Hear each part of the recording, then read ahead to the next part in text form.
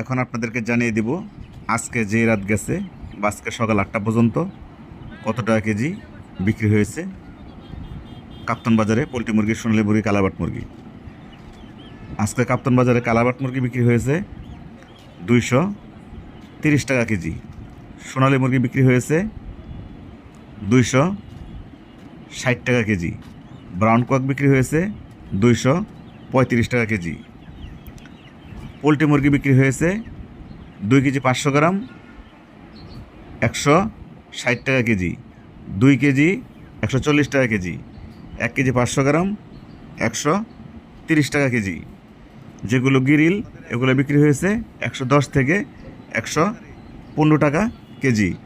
আর যেগুলো পোলট্রি মুরগি কেজির নিচে 800 গ্রাম 900 গ্রাম সেগুলো বিক্রি হয়েছে 80 থেকে 90 টাকা কেজি। এই ছিল আজকের বাজার।